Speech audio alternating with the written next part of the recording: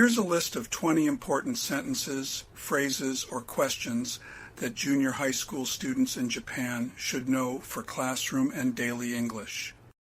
What does something mean? What does essential mean?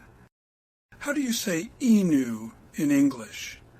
Excuse me, can I go to the bathroom, please? Can I borrow a pencil? What page are we on? How do you spell city? Could you repeat that, please? I don't understand. Can you help me with this? May I close the window? May I open the window? What time does the class end? Can we work in groups? Can we work in pairs? Is this correct? How do you pronounce this word? I'm finished. What should I do next? Can I hand in my homework now?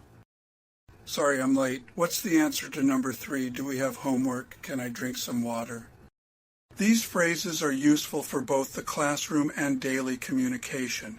If you enjoyed this video, please like, comment, and subscribe. Are there any questions, sentences, or phrases that we should have included?